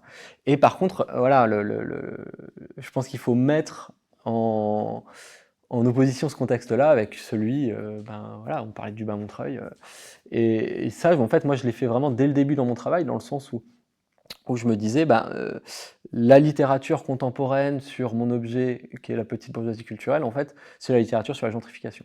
Moi, j'ai commencé à lire, je sais pas, Anaïs Collet, Rester bourgeois, le bouquin de Sylvie Tissot sur la bourgeoisie progressiste à Boston, etc., etc. Où je me disais, voilà, c'est pas exactement le même groupe, mais grosso modo, c'est quand même un peu les mêmes positions sociales, le même rapport à la culture, les mêmes mécanismes de bonne volonté culturelle, etc., etc. Avec quand même une chose qui m'a toujours frappé, c'est-à-dire dans la littérature sur les gentrifieurs. Alors voilà, il y a cette approche en génération que j'ai évidemment, que j'ai reprise de là, hein, et il y a cette idée quand même qu'il y a une valorisation, au moins dans la parole, de l'altérité, notamment populaire ou raciale. Alors qui est ambivalente, hein. Voilà, on a parlé de Collet ou de Tissot, les deux montrent bien comment c'est très ambivalent. Par exemple, la première génération des gentrifieurs du bas Montreuil ont davantage tendance à valoriser l'altérité sociale que les générations récentes, bon, qui sont pas très contents parce que les jeunes de la cité font du bruit, etc. Bon. Mais voilà, il y a quand même une valorisation, au moins de façade. Après, quand on va dans les entretiens longs, etc., il y a quand même des formes de mépris de classe qui se dessinent. C'est pareil à Boston, en fait. Sylvie Tesson, elle montre bien comment il y a une diversité qui est organisée et contrôlée, en fait, par cette bourgeoisie progressiste. Alors, diversité, du coup, de classe et de race. Et en fait, voilà, moi, ce qui me frappe assez vite en lisant ça, c'est que moi, je ne retrouve pas du tout la même chose sur mon terrain. C'est-à-dire que le mépris de classe, il est affiché de manière beaucoup moins euphémisée, en fait, des fois, de manière complètement directe, dans les entretiens, mais dans les sociabilités ordinaires de cette petite bourgeoisie culturelle à laquelle j'appartiens. Et pour moi, ça, je l'explique vraiment par un effet de lieu, hein, et par le fait qu'à Lerney et dans ces villes moyennes, en fait, ce groupe social qui existe partout sur le territoire national, est davantage fragilisé qu'il peut l'être dans les grandes agglomérations. Et sur différentes scènes, hein. Sur la scène résidentielle, c'est évident, on en a parlé, hein. C'est pas pareil d'être à Lerney, dans le centre-ville, ou d'être dans le Bas-Montreuil. Sur la scène politique, parce que ces alliances d'union de la gauche, elles ont une tendance plutôt à se maintenir, voire à progresser entre 2014 et 2020 aux différentes élections municipales. Donc on est vraiment sur des métropoles qui sont majoritairement aujourd'hui gouvernées par des listes d'union de gauche, ce qui n'est pas le cas des villes moyennes, hein, où vraiment les listes d'union de gauche s'effondrent en 2014, pas qu'à Lerney, hein, il y a vraiment un mouvement national. Et c'est aussi ces villes moyennes, qui sont davantage sujettes que les autres à ce que les géographes appellent le retrait territorial de l'État, et donc qui ont compensé leur décroissance par les politiques de déconcentration et de décentralisation de l'État, on va dire des années 60 aux années 80, politiques qui sont en partie remises en cause aujourd'hui. Et voilà, quand vous avez 24% des emplois qui sont des emplois publics, forcément, quand l'État se retire, ça fragilise directement les personnes concernées. Donc voilà, du coup, c'est pas quelque chose que j'ai complètement tranché. Pour moi, il y a un effet de lieu, mais en même temps, j'essaie un peu, dans la montée en généralité du livre, de dire que ça permet, en fait, par un effet de loupe, ou de miroir grossissant, pour reprendre l'expression de Florence Weber, ça permet quand même de mettre le doigt sur un mécanisme qui, pour moi, joue à l'échelle nationale, voire internationale, mais qui apparaît exacerbé, en fait, dans ce contexte-là. Vous nous avez expliqué qu'à un moment donné, vous aviez une double inscription, une double fidélité auprès de la petite bourgeoisie culturelle et auprès de la petite bourgeoisie économique. Est-ce que, en fait, c'est tout à fait singulier, ou en fait, il y avait d'autres individus qui avaient diverses alliances, et liées à ça, donc vous nous avez expliqué que la stratégie pour perpétuer le groupe, c'était une concentration sur son identité, enfin je simplifie, et l'expression de jugement négatif par rapport aux autres, mais est-ce qu'il y a d'autres stratégies, notamment des stratégies d'abandon du groupe? Et le dernier point, est-ce que vous avez observé une évolution entre la génération des pionniers et la génération des années 2000, fin des années 2000, début des années 2010, au niveau de la participation politique et de l'orientation du vote politique? Sur la question de la participation politique, c'est vrai que j'ai pas insisté là-dessus, mais il y a un résultat qui est net et qu'on retrouve à l'échelle nationale, c'est qu'il y a un désinvestissement presque total de la scène politique, de la scène militante locale, par la nouvelle génération. C'est extrêmement fort, et je pense que c'est accentué dans ce contexte d'une ville moyenne du centre de la France, où en fait, voilà, évidemment que les logiques de l'action ne sont pas toutes utilitaristes, etc. Mais les perspectives de reconversion ou de profit possible de s'investir sur la scène politique locale, dans un contexte où la gauche s'est effondrée et où la principale liste d'union de gauche en 2020, elle a fait 22%. Donc voilà, ça dit quelque chose sur l'effondrement total de la gauche dans ce genre de territoire. Les profits possibles d'un tel investissement sont presque nuls. Au-delà de ça, il y a des effets de génération très forts qu'on trouve à l'échelle nationale, avec une désillusion totale de cette génération vis-à-vis de la politique. Et même en fait des représentants qui sont classés à gauche, hein, de cette politique.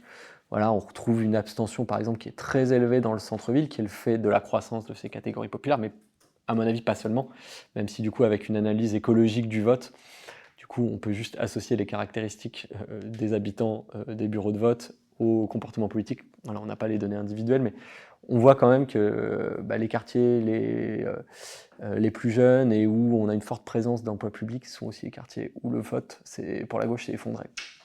Et je pense que c'est le fait aussi de la présence de cette nouvelle génération. Donc voilà, il y a vraiment une rupture très très forte là-dessus, si bien que pour cette nouvelle génération, la génération des années 2010, c'est vraiment la scène associative qui est massivement investie, et la scène politique, elle est désertée, au regret d'ailleurs de la génération des années 80. Bon, voilà, on retrouve des choses classiques d'opposition, voilà, et de rapport de force entre générations sur ce point-là. Et est-ce que c'est possible de me rappeler du coup les deux autres, je crois qu'il y avait 3 questions. Les individus qui vont naviguer, pour aller vite, mais du pôle culturel au pôle économique de l'espace local, il y en a. Et en fait, c'est plutôt ceux qui appartiennent à la bourgeoisie locale. Voilà, on a assez peu parlé de la bourgeoisie locale, si ce n'est au tout début, quand on a défini un peu de petite bourgeoisie en disant que voilà, c'était un groupe social qui était aussi dominé par une bourgeoisie locale qui avait davantage de pouvoir. Et quand on regarde la bourgeoisie locale, on voit qu'elle oscille vraiment entre ce pôle économique, ce pôle culturel, bon, voilà, de manière assez classique, comme l'a montré Bourdieu, elle est définie précisément par la détention de capital économique, de capital culturel, et par cette capacité à reconvertir très vite, en fait. Alors, un exemple que je donne dans le livre, c'est la trajectoire du maire actuel de Lergne. Voilà, en fait, c'est quelqu'un qui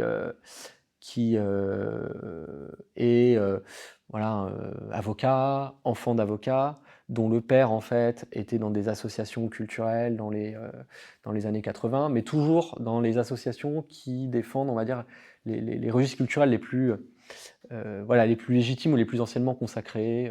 Donc voilà, c'est le groupe d'émulation artistique qui met en valeur la peinture classique, la musique savante, etc. Fonction que va d'ailleurs reprendre le fils, en plus de celle d'avocat. Et donc ce maire, en fait, il va d'abord faire ses premières armes au sein du PS, et notamment en défendant bénévolement en fait, des sans-papiers. C'est comme ça qu'il va peu à peu, on va dire, actualiser sa notabilisation plutôt que l'acquérir, parce qu'il a déjà un nom de famille qui est connu dans l'espace local. Et lui parvient assez facilement du coup à se reconvertir dans le monde entre guillemets des organisations patronales, économiques très facilement, voilà, en anticipant un peu le moment Macron. Et lui va d'ailleurs dire, voilà, avec un manque d'humilité totale, qu'il a inspiré Macron. Et voilà. Que Macron a vu ce qu'il avait fait à Lergne et que du coup, voilà, Macron avait eu l'idée de 2017. Voilà, donc là, on est sur ces types de trajectoires avec une origine ancienne dans la bourgeoisie locale, plutôt quand même du côté du pôle culturel de l'espace local, du côté du père, mais en fait c'est très facile pour lui de se reconvertir plutôt du côté du pôle économique au moment où voilà, l'air du temps l'exige. Et donc sur cette fameuse liste qui va renverser la liste d'Union de gauche, on va retrouver des membres du patronat, les grands chefs d'entreprise locaux, etc. Voilà, qui sont des gens qui fréquentent par ailleurs dans les cercles des organisations patronales. Et donc il n'a pas de peine en fait à construire cette alliance un peu tardive, alors même qu'il était parti plutôt du côté de l'union de la gauche et de la bourgeoisie culturelle. Ensuite, des gens comme moi, entre les deux, voilà, c'est plutôt très rare, et ça a été un peu compliqué à gérer, parce que voilà, parfois on me demandait, alors moins du côté de la jeune chambre économique, où voilà, on acceptait, en fait on a accepté très facilement mon travail bénévole, mais où de temps en temps, voilà, on m'a dit très clairement qu'il fallait que j'achète un costume par exemple, ou comment il fallait porter ses chaussures, enfin voilà, des choses où ma socialisation ne me permettait pas de savoir vraiment comment répondre aux codes de présentation de soi dans ces espaces de sociabilité. Donc ça a créé des petites situations de décalage, mais en fait qui ont été résolues de manière assez bienveillante, voilà, en m'expliquant un peu comment il fallait se comporter et comment porter un costume. Mais du côté des associations de la petite bourgeoisie culturelle, ça a été peut-être un peu plus compliqué parce qu'il fallait toujours que je justifie mon appartenance conjointe aux deux, mais ça a une vertu, c'est de rappeler mon statut d'enquêteur régulièrement et de redire régulièrement, enfin voilà, quand, au bout d'un certain temps, on a tendance à oublier qu'à la base, j'avais dit que je venais faire une thèse de sociologie, bah, voilà, ça permet de dire, bah oui, mais rappelle-toi, je suis aussi à la Jeune Chambre économique parce que j'investis beaucoup d'associations. Voilà, bon, on va un peu me le reprocher en rigolant, voilà, on va me dire, je cite, ah ben, tu manges à tous les râteliers, tu vas voir tout le monde. Ça va me valoir aussi des suspicions de la part de certaines personnes de vouloir me lancer dans la politique. Voilà, à un moment, on va me dire, mais est-ce que ton vrai objectif, c'est pas de te lancer dans la politique? Pourquoi tu veux absolument rencontrer tout le monde et tous les gens, du coup, qui sont un peu présents dans cet espace public? Bon, voilà. Et la dernière question, c'est comment on fait face à ça? Il y a voilà, une autre modalité dont on n'a pas trop parlé, mais qui est bien réelle, c'est le départ de l'ERN.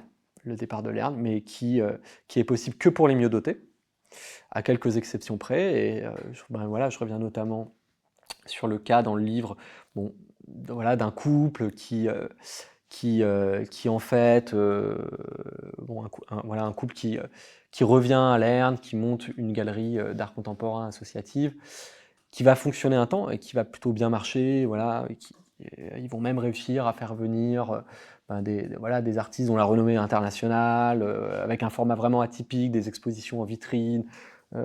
Vraiment, ça va plutôt bien fonctionner, mais le problème, c'est que c'est l'épuisement, en fait. L'épuisement du travail bénévole, de la gestion d'une galerie, etc.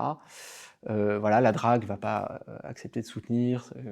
Et donc, peu à peu, en fait, le projet va capoter, ainsi que leur couple, en lien, pas seulement, mais avec cet épuisement, au fait que voilà, il y a eu un échec qui a été rencontré sur cette scène associative, et à la fin de ce couple, voilà, la femme va rester, voilà, la femme qui avait des aspirations à devenir artiste, etc., obtenir un poste de contractuel dans l'enseignement. On revient sur les profs. Prof de contractuel qui depuis elle a obtenu le concours, donc elle s'est stabilisée dans l'enseignement secondaire, mais de manière extrêmement tardive par rapport à ce qu'avait pu faire la génération des années 80. Et donc son ancien conjoint est aujourd'hui à Paris, il est dans une grande fondation d'art contemporain dont je tairai le nom. Mais voilà, il est vraiment parvenu en fait à occuper un poste, voilà, une position sociale vraiment plutôt prestigieuse dans le champ de l'art contemporain, mais au prix du coup de son départ de l'ERN et de son installation à Paris. Je voulais dire à propos des gentrifieurs du Bas-Montreuil, etc.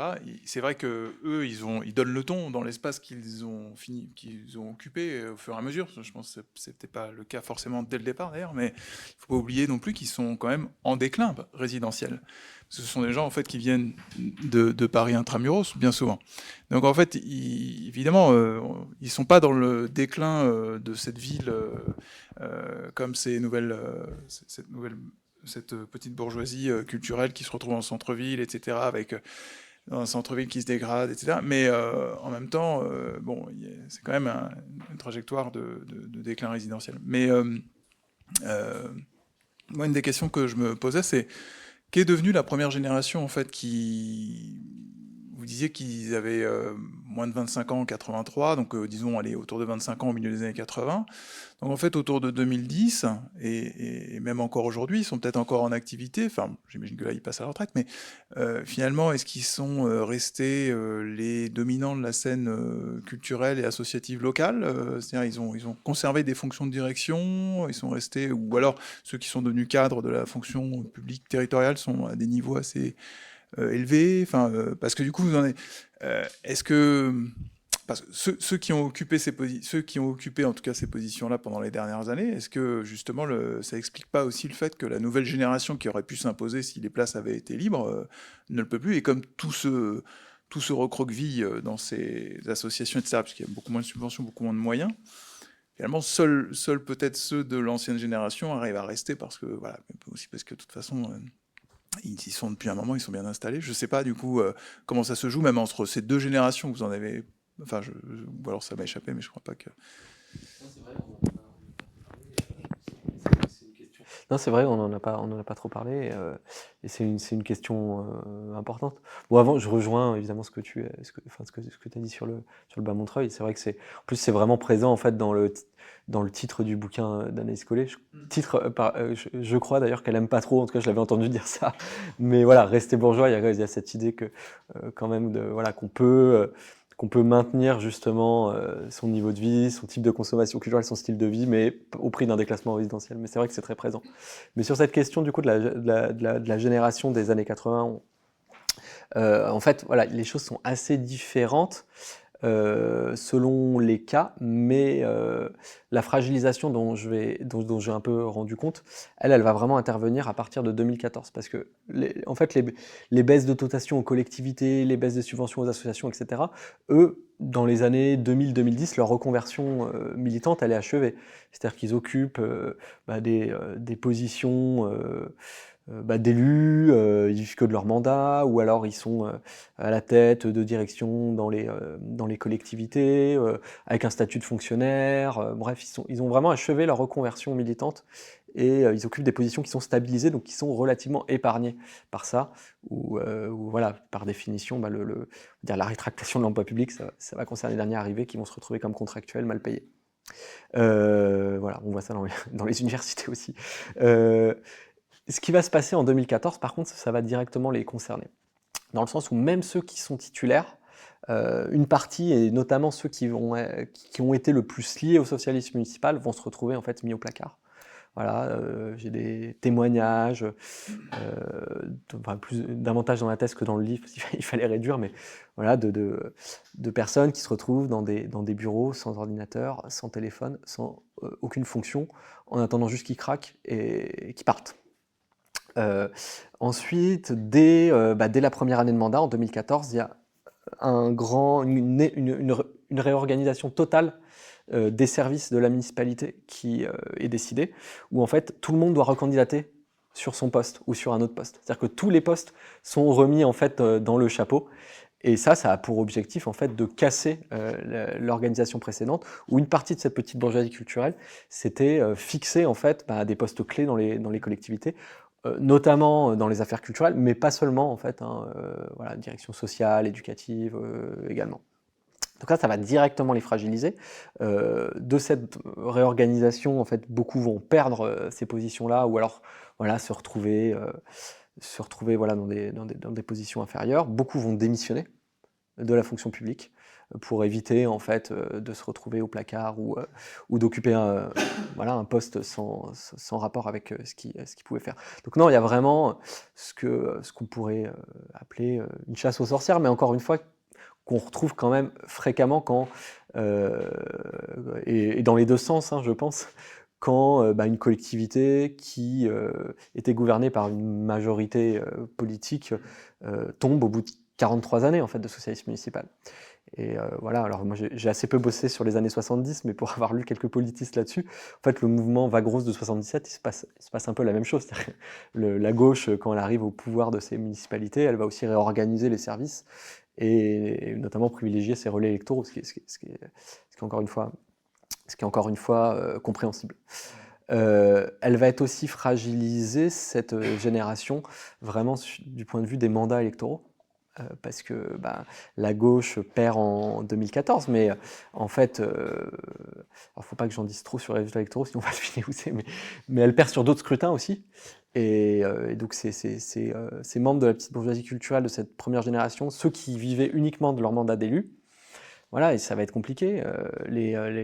L'ensemble des députés aujourd'hui du département où est l'Ergne ne sont plus à gauche. Donc voilà, toutes ces ressources en fait, en termes de mandat sont également tombées.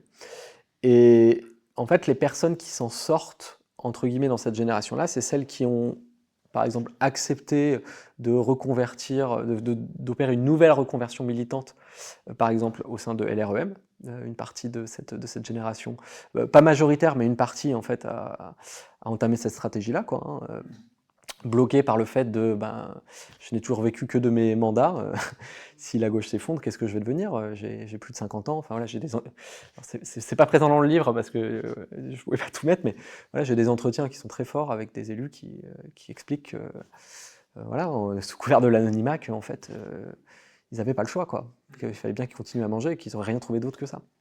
Bon. Ensuite, on retrouve aussi cette fragilisation, du coup, dans, comment dire, ouais, dans le monde de l'enseignement, mais on en a un petit peu parlé, voilà, des personnes qui sont devenues enseignants dans les années 80 à côté de leurs engagements associatifs et qui notent une dégradation très forte de leurs conditions de travail, de la légitimité associée au métier, etc., etc. Mais c'est des choses qui sont connues. Alors, j'ai retrouvé le nom de Sandrine Garcia. Je l'ai cherché rapidement. C'était Sandrine Garcia, enseignant de la vocation au désenchantement. Voilà, que je trouvais que c'était un très bon livre sur le monde enseignant. Vous avez présenté vos résultats et qu'est-ce qu'ils en ont pensé, en fait, tout simplement? Sur les retours, en fait, j'ai eu des retours assez contrastés. Voilà, moi j'avais notamment une petite appréhension que j'avais essayé sur le côté tout le chapitre sur le mépris de classe. C'est-à-dire autant rendre compte d'une fragilisation, voilà, on pourrait dire du drame de ce groupe social. Bon, ça, j'avais pas trop de soucis sur la réception. Je me disais bon, raconter un peu des gens qui sont confrontés à des situations, raconter le quotidien de personnes qui sont confrontées à des situations difficiles, il n'y a pas trop d'enjeux. Voilà, sur l'expression du mépris de classe, j'ai eu des retours, non pas pour marquer un désaccord, mais davantage pour dire que peut-être j'avais pas assez insisté sur les mécanismes structurels qui pouvaient conduire à ça, et que voilà, il y avait un aspect où on pouvait un peu les donner en pâture, justement aux jugements moraux où j'essayais de dire voilà, vraiment c'est pas l'objectif. Voilà, je sais par exemple que dans la réception du livre, il y a eu un tournant inattendu, c'est que Le Point a fait un article sur ce livre et j'ai été très étonné, mais parce qu'en fait, voilà, notamment toute cette partie sur ces bobos qui restent que entre eux et qui détestent la terre entière à part eux-mêmes. Ça a donné une lecture vraiment, je dirais, qui donne du grain à moudre à l'extrême droite. Et voilà, c'est un peu les... voilà. En plus, c'est quelque chose où Olivier Schwartz m'avait mis en garde à la soutenance de thèse. Il m'avait dit, bon, voilà, moi, j'ai dirigé la thèse, je vais évidemment pas faire de critique, etc. J'ai une chose à dire, il m'en avait jamais parlé avant, il me dit, voilà... moi, je me reconnais vraiment dans cette petite bourgeoisie culturelle. J'ai le sentiment aussi d'avoir un rapport de plus en plus parfois contrarié aux classes populaires, y compris sur son lieu de résidence, qui était en grande banlieue parisienne, donc voilà, où il se retrouvait confronté à ce genre de choses. Mais il disait, voilà, je trouve qu'on ne comprend pas assez les mécanismes structurels qui peuvent conduire à ça. Alors que moi, j'avais l'impression que c'était très présent dans la thèse, j'ai l'impression d'en avoir parlé dans le livre, mais peut-être pas suffisamment, ou alors peut-être qu'il fallait vraiment insister là-dessus pour dire, vraiment, on ne met pas en cause des gens, il faut vraiment comprendre des mécanismes de fond sur laquelle aussi on peut jouer, quoi. Tout n'est pas terminé, mais en fait, toute cette histoire-là, elle est très liée en fait à ce qu'on fait avec les politiques publiques, quoi. de qu'est-ce qu'on fait de ça. Et voilà, donc ça en tout cas, ça a été reçu de manière, je pense, un peu difficile par certains enquêtés. Et au-delà des enquêtés, je dirais aussi, l'exercice un peu des présentations aux librairies permet de discuter aussi en dehors du champ académique, et notamment de personnes qui s'identifient complètement à cette petite bourgeoisie culturelle et qui réfutent du coup le terme de petite bourgeoisie et qui n'aiment pas du tout la partie sur le mépris de classe. Encore une fois, personne m'a encore dit c'est faux, mais faut comprendre les choses aussi, et on les comprend pas assez pourquoi on en arrive là. Et voilà, une chose que j'ai entendue aussi sur le retour à Lergne, c'est notamment sur le vote FN et maintenant RN qui est montant, et c'est de dire voilà, ok, voilà, tu écris sur la rupture d'une alliance de classe, on a l'impression que c'est la petite bourgeoisie culturelle qui a rompu cette alliance de classe avec les classes populaires. Non, c'est les classes populaires qui ont commencé, qui ont fait sécession, enfin des choses comme ça. Et voilà, dans le contexte local, c'est voilà, il y a des raisons qui permettent de comprendre ça. Le premier parti, y compris dans les quartiers d'habitat social, bon, c'est l'abstention. Derrière, c'est le RN. Et je précise que les quartiers d'habitat social à Lerne, quand on regarde leur composition sociale, pour certains, c'est 50% d'étrangers. Enfin, c'est la même composition sociale que des quartiers d'habitat social du 93. Et pourtant, le RN fait des scores très, très, très bons. Bon, après, avec le problème du bureau de vote, où il y a aussi les quartiers pavillonnaires, et on ne sait jamais, en fait, si c'est que vraiment personne vote dans la tour, et si c'est le quartier pavillonnaire qui vote à fond. Voilà, il faudrait faire une enquête sortie des urnes à Lerne pour régler la question, quoi. Et merci pour ces échanges. J'aimerais rappeler la prochaine rencontre du RT14. Nous accueillerons Mathilde Provençal qui présentera son livre Artistes mais femmes, une enquête sociologique dans l'art contemporain. Et la séance sera animée par Muriel B.